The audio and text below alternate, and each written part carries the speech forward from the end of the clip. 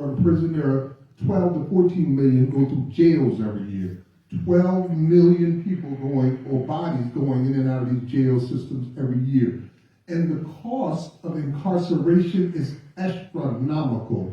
In Rikers Island right now, in order to incarcerate a single person in a place that has like 95% black people in it, it costs $556,000 a year per person. That is not a cost, that's an incentive. The more people you put into Rikers Island, the more $500,000 bonus checks you're going to get for doing that. And we see that happening all across America. We remember in Ferguson, when the Attorney General at the time, Eric Holder, came in and told the whole country that Ferguson is using its police force as a revenue generator. And that happens everywhere, every single day, where they don't care about what you did or whether you're guilty. What matters to them is whether or not they can get you into a cell in order to generate this revenue. Many of these counties, even here in Tennessee, and these cities could not exist without the revenue that is generated from the fines, the fees, the bails, the jails, and all of these things. And when you're dealing with a crime against humanity, which is what we're dealing with, the first thing you're going to notice is that you're going to see people losing their constitutional rights. So in the United States, we're guaranteed certain things, right? Sixth Amendment, a right to a fair and speedy trial. And yet 95% of all cases end in a plea bargain. Only 5% of people get trials. So for all intents and purposes, the Sixth Amendment is a myth. It doesn't even exist. They're forcing you into prisons under threat of extra time so that they can fill these beds with you. The Eighth Amendment is the same thing. I talked about Alabama, but all across America, people's rights are being violated. Cruel and unusual punishment. When you put a person, like they did my own son, into a solitary confinement for 18 months to the point where they got bed sores and they're going mad, that's cruel and unusual punishment. And don't ever come at Max Parthas talking about, well, if they don't do the crime, they wouldn't do the time because I might powder slap you. Let me explain something to you. In the United States here right now, and throughout history, we have shown that we will go out and hunt, criminalize, incarcerate people for pure profit, race, and control. We've been doing it, and we're doing it right now. So if you think that everybody's in prison or jail has done some murder or some rape or something that is incredibly horrible to be there, you are absolutely wrong. There's about maybe 20 to 25% of the people who are in prisons and jails today who have committed these types of violent crimes. But in 2019, there were more arrests for personal possession of marijuana than for all violent crimes combined.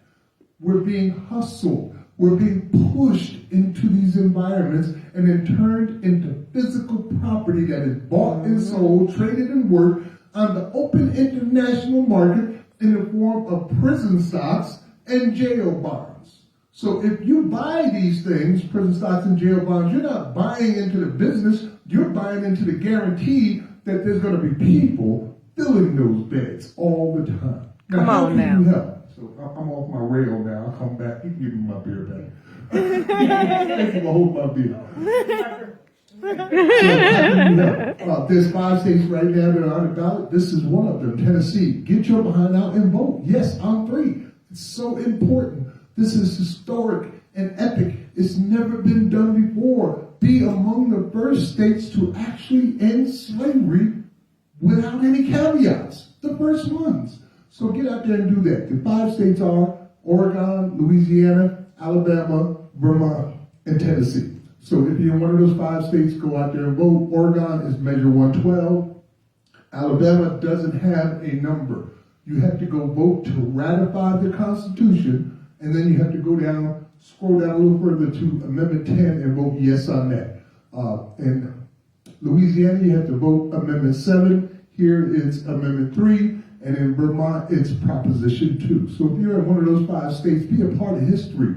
The slavery right now, and this is no joke, is a literal choice in 5 states. You get to go right down here and vote whether or not you're going to keep slavery in this state.